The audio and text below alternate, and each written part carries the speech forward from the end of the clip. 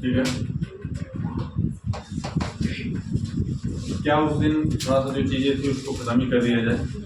मानवतावाद पढ़ रहे थे हम लोग, ठीक है।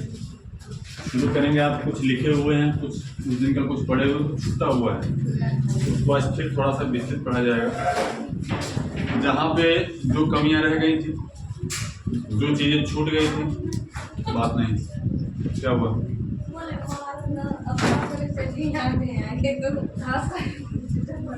आते ही सबसे पहले मार काट करो, कोई बात नहीं। बगल वाला एक रूम और खाली, जिसको लड़ना हो भेज दिया जाएगा उसमें, जाओ जाके युद्ध करके आओ। क्योंकि मानसिक स्थिति तुम लोग मानसिक रूप से कितने मजबूत हो मैं तो जानता हूँ, शारीरिक रूप से ही पता चल जाएगा। ठीक है, चलिए ठीक है। क्या हम लोग पढ़ रहे थे? मानवतावाद। बात नहीं, क्लास चल रहा है तो बात नहीं। मानवतावाद,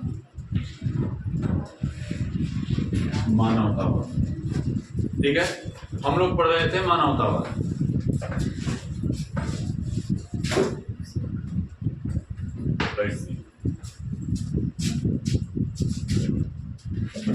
कितना पहले क्यों चलिए चलो, ध्यान दीजिए। मानवतावाद, ठीक है। थोड़ा सा बेसिक चीज हम इसको शुरू करते हैं। आपको दो चीज मिलेगा, किसी किसी किताब में इसकी शुरुआत जो मानी जाती है 1950 मानी जाती है, और कहीं कहीं पर 1962 माना जाता है। 1962 पास में आ रही है। जैसे कि आप इनकी बुकों को पढ़ेंगे, क्या नाम है इनका,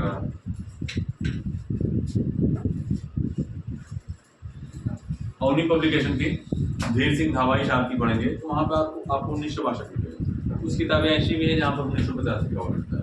सामान्यतः देखा जाए दोनों में से किया गया, तो 1950 रहेगा तो 62 नहीं, 62 रहेगा तो आप इस तरह से काम करेंगे। शुरुआत भैया कब मानी जाती है?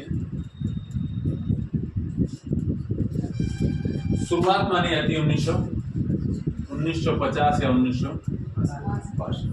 कई बार चीजें होती है कि किसी चीज पे कार्य करना शुरू करता है, कुछ मनोवैज्ञानिक जिस चीज पे कार्य करना शुरू करता है उसको शुरुआत मान लेते हैं।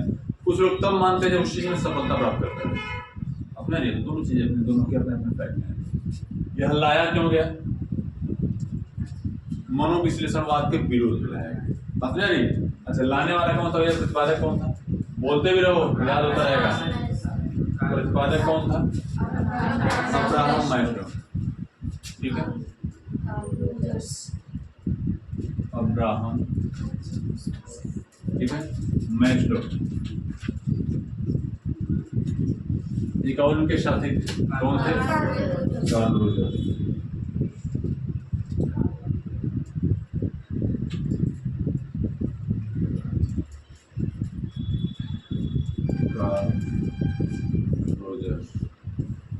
ठीक है,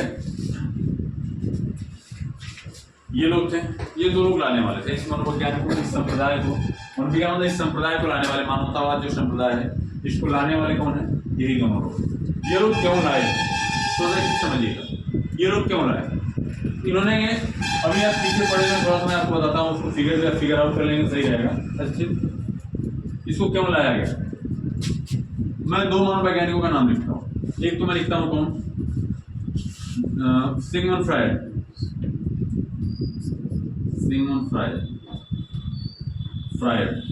दूसरे मनोवैज्ञानिक अब्राहम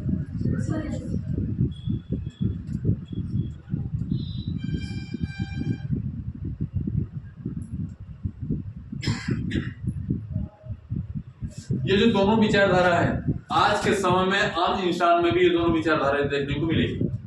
बात समझ रही है भाई? मैं आपको समझाऊंगा, समझ में आ जाएगा आपको। सिगमंड फ्रायड साहब ने कहा कि मनुष्य का जो मन है वह दानव की भांति है, दैत्य के समान है, जिसमें 90% चीज हिस्से में क्या होता है, यानी कि अगर कोई मनुष्य है, थोड़ा सा बनाता हूँ यहाँ, मानव मस्तिष्क की उन्होंने क्या कहा सिगमंड फ्रायड ने। सिगमंड फ्रायड साहब कौन सा संप्रदाय लाए? तो मनोविश्लेषणवाद है।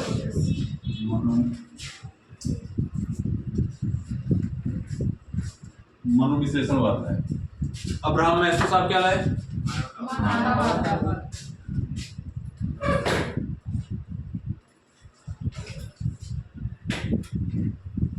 ये लाए मानवतावाद। मनोविश्लेषणवाद के तहत क्या कहा सिगमंड फ्रायड साहब ने? सिगमंड फ्रायड साहब ने कहा मनोविश्लेषणवाद के तहत कि मनुष्य का जो मन होता है, मैं एक मनुष्य बनाता हूँ, समझिएगा। तुम सभी बना लोगे तो अच्छी बात है, नहीं बना पाओगे तब मैं मनुष्य बनाऊंगा, बंदर बन जाएगा, मेरी गलती नहीं है।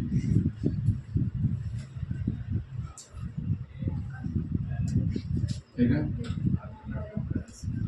तो बढ़िया है ना, काट दिया बताओ में।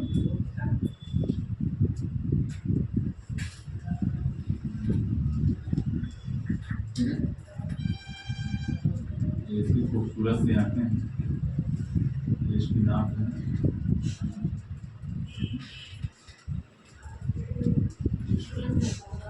क्या हुआ? अच्छा लग रहा है? मैं बना हुआ और अच्छा लग रहा है?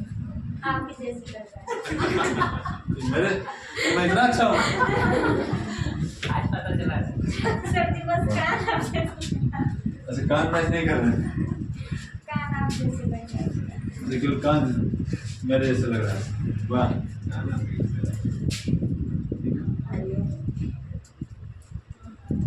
समझने की जरूरत रहा हूँ। ठीक है, दूसरी चीज एक मैं यहाँ पे बनाता हूँ, मेन पर्पज आपको बेहतर तरीके से समझाने, कला बनाने, कलाकारी दिखाने का कोई उद्देश्य नहीं।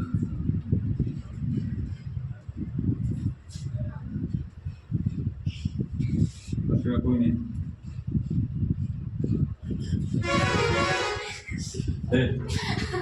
अच्छा नहीं।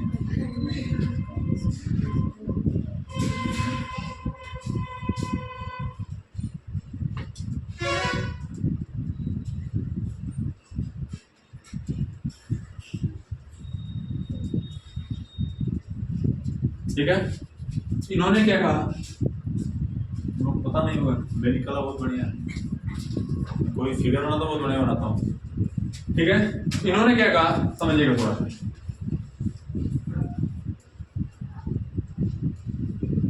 तेरे नाम में झाड़ दिया जाता।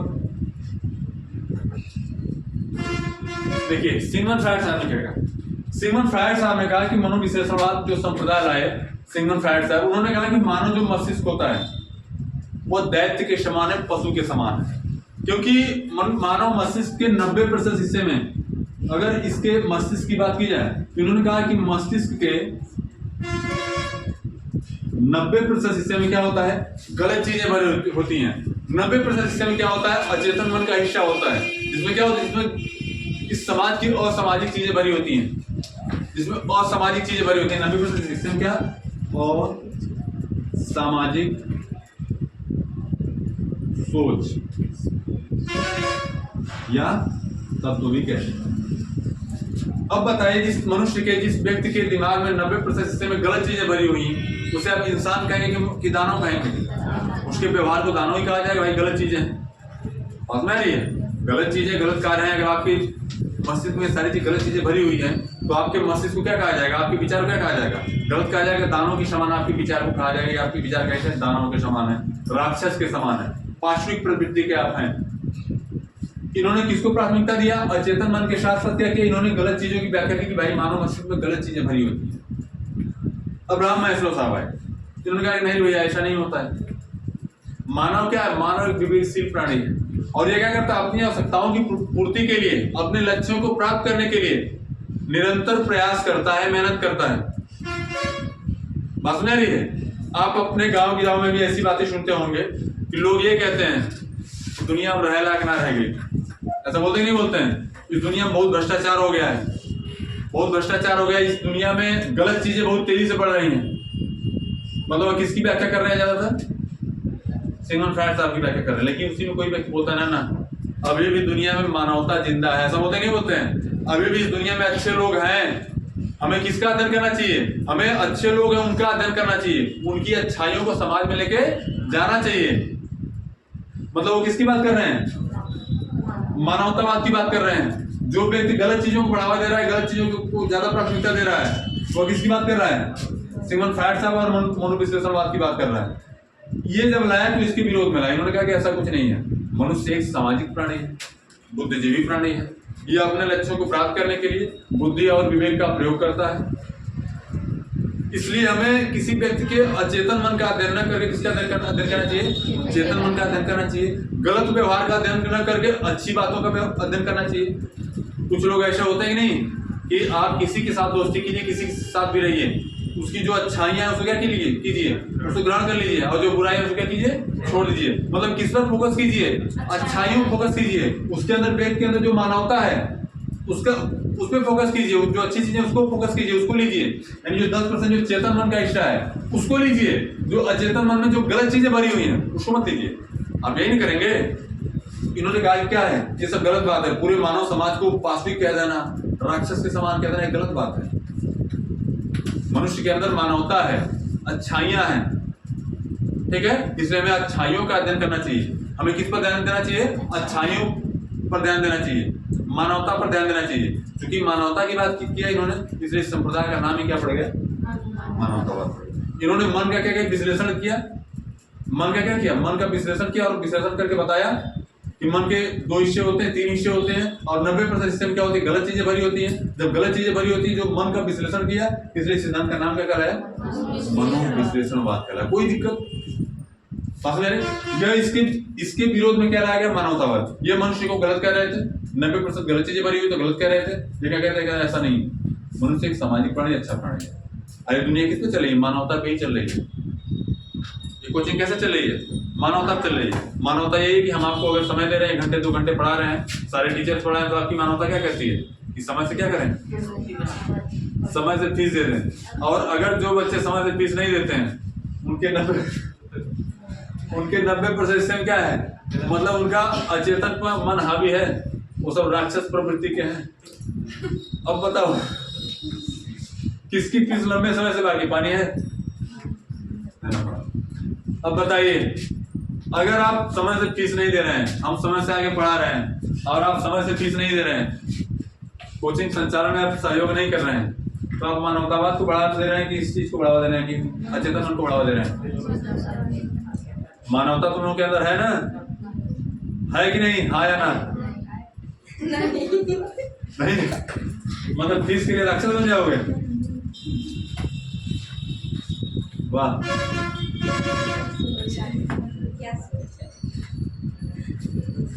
मानवतावाद यही कहता है व्यक्ति के अंदर अच्छाइयां हैं और उस अच्छाइयों क्या करना चाहिए? अध्ययन करना चाहिए। ठीक है। इन्होंने कहा कि क्या करना है, किस पर फोकस करना चाहिए? लिख लीजिए। तो बनाना चाहो बना लो, मतलब समझने के तुमको आसानी होगी। ठीक है, नहीं बनाओ तुम्हारी मर्जी। ठीक है, चलो मैं इसी चीज को यहाँ लिखता हूँ। ठीक है, यह सिद्धांत क्यों लाया गया? मनोविश्लेषणवाद के विरोध में। ठीक है, यह सिद्धांत लिखते भी रहो। यह सिद्धांत मनोविश्लेषण, लिख लो फिर भी, विश्लेषणवाद के विरोध में लाया गया। मनोविश्लेषणवाद के विरोध में दोबारा लिखोगे तो याद होगा, यही फायदा है। ठीक है, कोशिश करोगे तो आएगा, नहीं कोशिश करोगे नहीं आएगा। ठीक है, तो कोशिश करने वालों की हार नहीं होती। ध्यान दीजिए, क्यों लाए? मनोविश्लेषणवाद के विरोध में लाया गया। यह सिद्धांत क्या कहता है? यह सिद्धांत ये कहता है कि मनुष्य क्या है? अगर लिखवा गया बताओ, मनुष्य एक सामाजिक प्राणी है, बुद्धिजीवी प्राणी है, विवेकशील प्राणी है। मनुष्य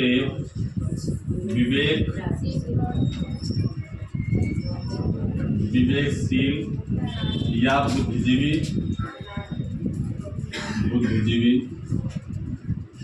प्राणी है, जो अपने लक्ष्यों को प्राप्त करने के लिए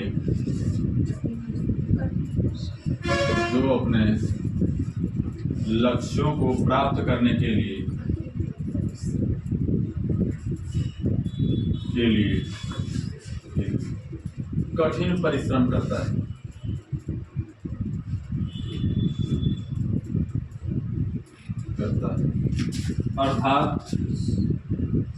अर्थात बढ़ा लो, अभी नहीं लिख पाएगा। अर्थात मनुष्य के अंदर मानवता मानवता पाई जाती है, पाई जाती है।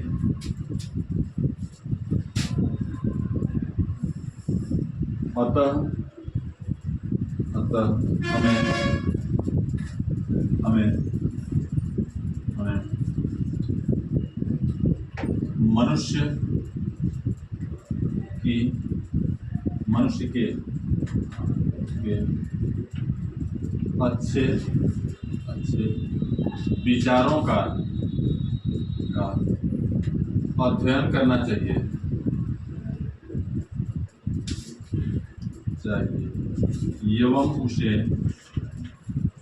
एवं उसे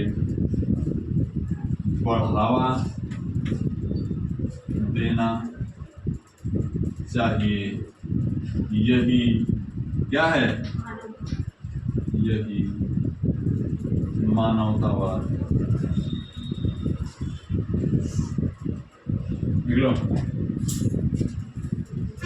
जो चीज लिखा हुआ न समझ में आए उसको पूछ सकते हो। कहो तो मैं एक बार पढ़ देता हूं। मनुष्य एक विवेकशील प्राणी है, विवेकशील या बुद्धिजीवी प्राणी है, या बुद्धिजीवी प्राणी है जो अपने लक्ष्यों को प्राप्त करने के लिए कठिन परिश्रम करता है। अर्थात मनुष्य में मानवता पाई जाती है, अतः हमें मनुष्य के अच्छे विचारों का अध्ययन करना चाहिए एवं उसे बढ़ावा देना चाहिए। यही क्या है? यही मानवतावाद। तुम लोगों के अंदर मानवता जिंदा है कि नहीं जिंदा है? बताओ। अरे कितना सन्नाटा है। मानवता तुम लोगों के अंदर जिंदा है कि नहीं है? इतना तेज बोलो कि आवाज सुनाई दे। जो देखे वीडियो को पता चले कि बच्चों सर के बच्चे मानवतावादी हैं तो राक्षसवादी कहलाओगे। मानवता है तुम लोगों के अंदर? कोई नाम ही बोला है? एक बार नाम ले लूंगा, ये समझ लीजिए। फिर घर वाले देखेंगे और पूछेंगे भैया मनुष्य इंग्लिश निकल किसी और जो नहीं चला गया बच्चा। देख लीजिए इसको।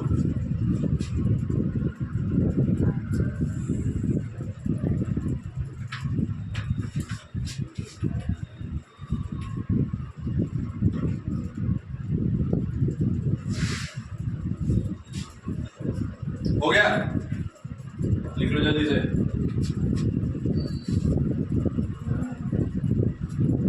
हो गया मैडम? नहीं हुआ तो तेज लिखिए। इसको बनाने और कहने का मतलब यही है 90% हिस्से में असामाजिक चीजें।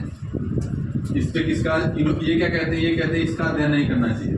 किसका अध्ययन करना चाहिए? जो 10% है ना चीजें उसका अध्ययन करना चाहिए। ठीक है, समझाने के लिए बनाएगा उसको बनाने के लिए।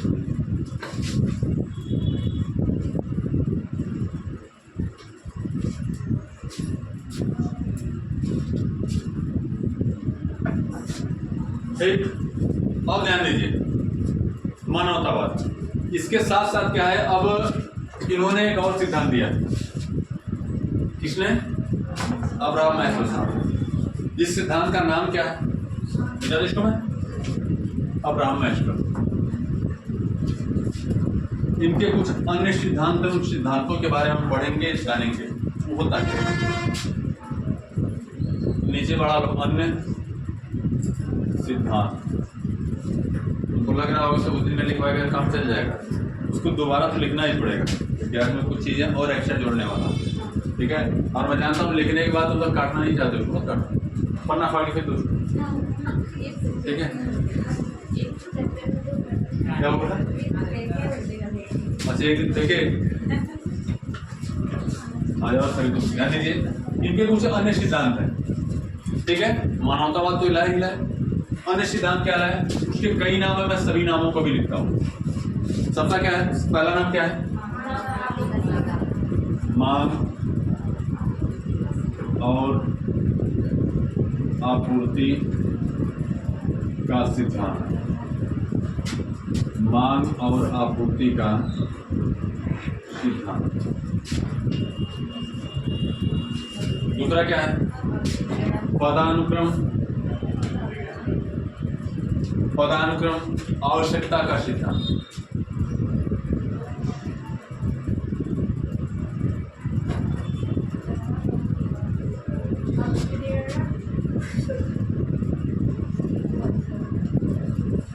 पदानुक्रम आवश्यकता का सिद्धांत, ठीक है। अगला है आपका नाभिकीय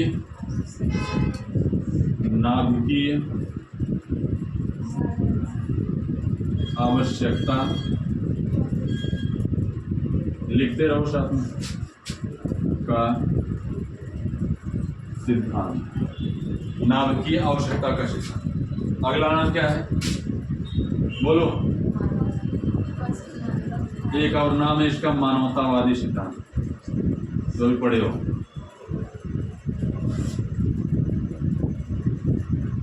सिद्धांत चार हुआ। और कोई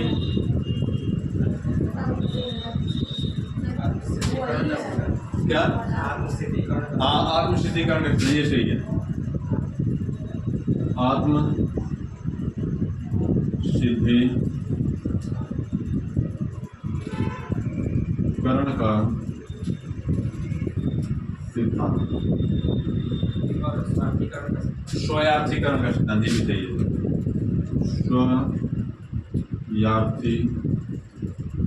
स्वयार्थीकरण का सिद्धांत।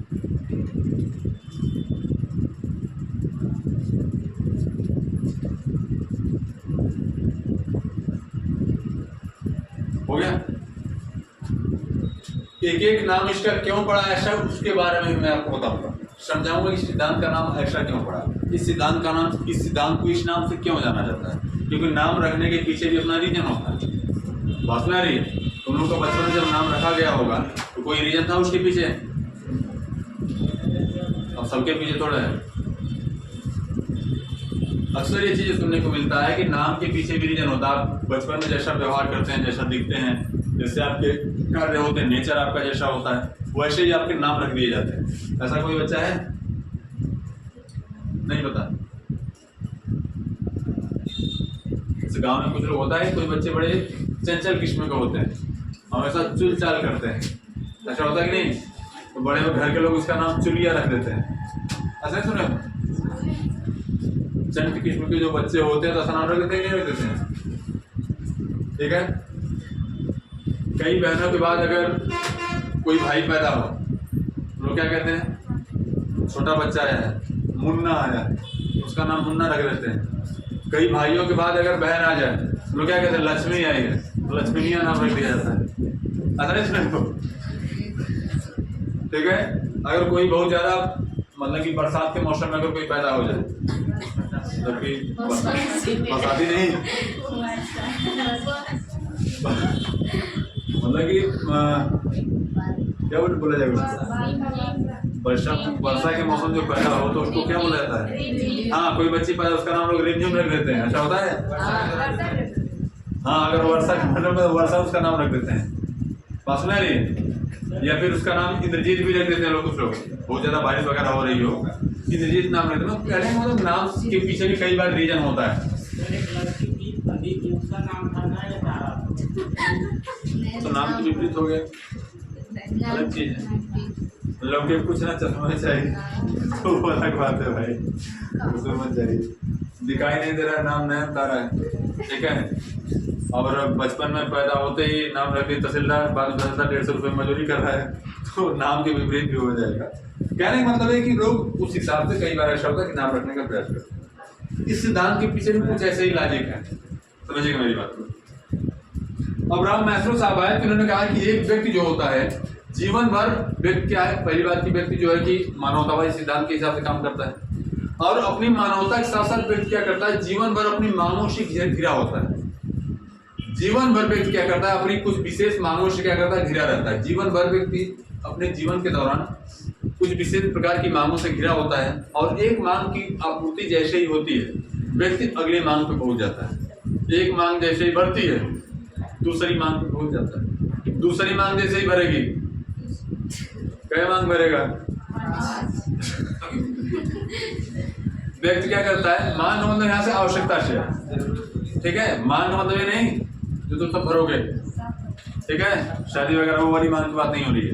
व्यक्ति क्या करे, जैसे ही व्यक्ति की एक मांग की पूर्ति होती है, व्यक्ति अगली मांग पे पहुंच जाता है। उस मांग की पूर्ति होती है, अगली मांग पे पहुंच जाता है। उस मांग की पूर्ति होती है, अगली मांग पे पहुंच जाता है। उन्होंने कहा कि व्यक्ति क्या करता है, जीवन भर व्यक्ति की आवश्यकता बढ़ती रहती है और क्या होती रहती है, उसकी पूर्ति होती रहती है। और जब तक एक आवश्यकता की पूर्ति नहीं हो जाती, व्यक्ति अगली आवश्यकता पे नहीं पहुंचता है। मैं आपसे पूछूं, अभी आपकी आवश्यकता सुपर टेट है कि यूपी टेट है? यूपी टेट है। और यूपी टेट के बाद क्या आपकी आवश्यकता यूपी टेट रह जाएगी कि सुपर टेट रह जाएगी? आपकी आवश्यकता बदल जाएगी, आपको सुपर टेट चाहिए। तो अभी आपकी आवश्यकता क्या है? यूपी टेट है। और यूपी टेट आपकी मांग है, यूपी टेट हो जाएगा, आप पास हो जाएंगे, तो उस मांग की पूर्ति हो गई ना। अब आप किस मांग पे पहुंच गए? सुपर टेट की मांग पे पहुंच गए कि वैकेंसी आ जाए, सुपर टेट दें और क्या हो जाए, टीचर बन जाए। टीचर बन जाने में क्या मांग खत्म हो जाएगी? फिर मांग बढ़ जाएगी। शादी तो ही नहीं रहेगी। कोनो मास्टर लड़का मिल जाए, शादी हो जाए। लड़के भी क्या हो, कोनो मास्टर लड़की मिल जाए, शादी हो जाए। अब आपकी मांग क्या हो गई, वहां पहुंच गई। अब जैसे ही उस मांग की पूर्ति हो जाएगी, फिर आपकी मांग बदल जाएगी। क्या हो जाएगी? कहीं जमीन जायदाद मिल जाए, खरीद लिया जाए, घर द्वार बनाया जाए। ऐसा होगा नहीं होगा? और लास्ट में मांगते मांगते क्या मांगोगे? दवाई मांगोगे। बीपी बढ़ल बा, एक क्या दवाई देता, यही ना होगा? और फिर क्या मांगोगे? लास्ट में लोग मौत को भी मांगते हैं। आपने कभी सुना है? 80 साल 90 साल के बाद जब वृद्ध आप हो जाएंगे, जब आपसे बात करने वाला कोई नहीं रहेगा, आपके संगी साथी सभी लोग निपट जाएंगे, आप क्या मांगते हैं? हे भगवान आवाले चला, यही मांगते हैं। और उसकी पूर्ति होने के बाद चैप्टर क्लोज। यही होता है कि नहीं होता है? इन्होंने कहा कि व्यक्ति क्या करता है, जीवन भर अपनी मांगों से घिरा होता है, और जैसे ही व्यक्ति की एक मांग की पूर्ति होती है, अगली मांग पे पहुंच जाता है। और उन्होंने कहा कि व्यक्ति 5 प्रकार की मांगों से गुजरता है। व्यक्ति क्या करता है? 5 प्रकार की मांगों से गुजरता है। उसको लिख लीजिए, ठीक है? मांग और आपूर्ति के सिद्धांत के अनुसार मैं थोड़ा सा मिटा दूं, मैं थोड़ा सा सुन लूं, अच्छे से लिख लिखिए, लिखते हुए साथ में अब्राहम, मैं तुरंत मिटाऊंगा, साथ में लिखते हुए। इसलिए अब्राहम मैस्लो के अनुसार के अनुसार व्यक्ति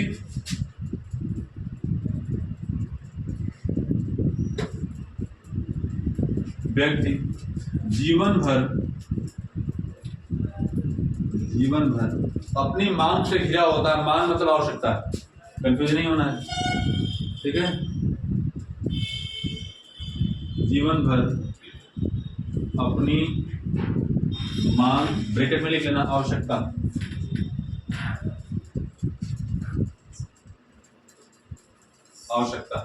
से घिरा होता है, से घिरा रहता है, घिरा रहता है। और जैसे ही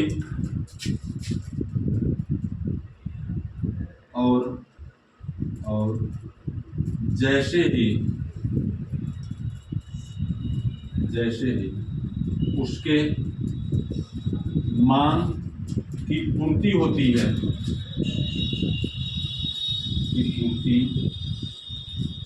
मांग की पूर्ति होती है, वह अगली मांग पर पहुंच जाता है। अब पता नहीं लग रहा है? वह अगली मांग पर पहुंच जाता है।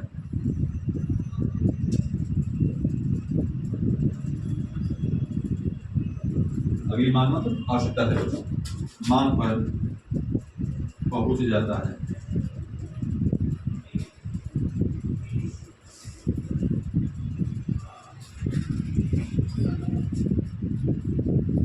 अगली मांग पर पहुंच जाता है।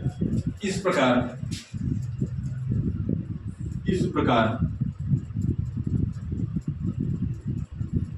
प्रकार उन्होंने, मतलब किन्होंने? मैं सोचता हूँ, इस प्रकार उन्होंने 5 प्रकार की मांगों, 5 प्रकार की मांग का जिक्र किया। 5 प्रकार की मांगों का जिक्र किया। किसने? अब्राहम मैस्लो साहब, ठीक है? 5 प्रकार की मांगों का जिक्र किया। और सबसे इंटरेस्टिंग बात है कि जब तक आपके पहली मांग की पूर्ति नहीं होगी, आप दूसरी मांग पे नहीं पहुंचेंगे। बात में आ रही है? अभी मैं आपसे कह दूं कि कल से आइए, कल से आपको सुपर डेट पढ़ाया जाएगा, हो जाएगा? अब सर यूपी डेट तो पास ही नहीं हुए, सुपर डेट पढ़ने का मतलब क्या है कि दूसरी एग्जाम में बैठ नहीं पाएंगे। तो मतलब क्या है, जब तक एक मांग की पूर्ति नहीं हो जाएगी हम दूसरी मांग पे नहीं पहुंचेंगे। जब तक एक आवश्यकता की पूर्ति नहीं होगी हम दूसरी आवश्यकता पे नहीं पहुंचेंगे। अगर आपको भूख लगी हो, आप प्यास से मर रहे हो, भूख प्यास हो, आप यहाँ पे हैं, मतलब आपकी मांग क्या है? आपकी मांग है पानी की, या आपको पानी चाहिए। आपको भूख लगी हुई है, आपको किसकी मांग है? भोजन की मांग है। और आपसे मैं कहूँ चलो एक काम करते हैं, तुमको फ्री में लेके चलते हैं, हवाई सफर कराते हैं, ठीक है? तुमको हवाई जहाज का टिकट मैं करवाऊंगा, सारा खर्चा मैं उठाऊंगा, तुमको केवल साथ चलना है। चलो चल के आते हैं, मनाली वगैरह घूम के आते हैं। वो बोलेगा भैया पहले पानी में पानी नहीं मिलेगा, वहां चलेंगे, चल के मनाली में पानी पियेंगे, ठीक है? नारियल का पानी पियेंगे वहां चल के। क्या बोलोगे, जाओगे? तो भैया पहले पानी पिला, नहीं तो इधर ही निपट लूंगा, और पहले शमशान घाट पहुंच जाऊंगा और मनाली तो बाद में जाऊंगा। मतलब क्या करेंगे आप? मना कर देंगे, क्योंकि आपकी मांग क्या है? आपकी मांग है पानी की और भोजन की, और जब तक इसकी पूर्ति नहीं होगी आप अगली मांग पे नहीं पहुंचेंगे। इन्होंने कहा कि व्यक्ति क्या करता है, जो मांग होती है उस मांग के अनुसार क्या करता है, जब उसकी पूर्ति हो जाती है अगली मांग पे पहुंच जाता है, ठीक है? और अपनी मांग को लेकर के ये हो गया, मिटाऊ मैं थोड़ा सा मैं इसमें त्रिभुज यही बनाऊंगा, इसको मिटाना,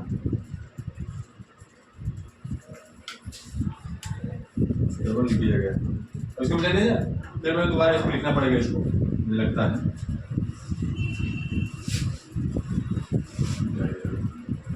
इसके लिए इन्होंने क्या किया, अब रहा मैं इसको सामने मांग को लेकर के इन्होंने एक त्रिभुज बनाया। मतलब त्रिभुज में क्या किया कि 5 प्रकार की मांगों के एक त्रिभुज में प्रदर्शित किया मैं इसको सामने, चूंकि किसमें प्रदर्शित किया?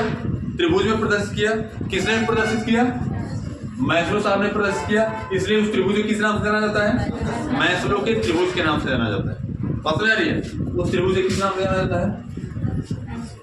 मैस्लो त्रिभुज के नाम से जाना जाता है।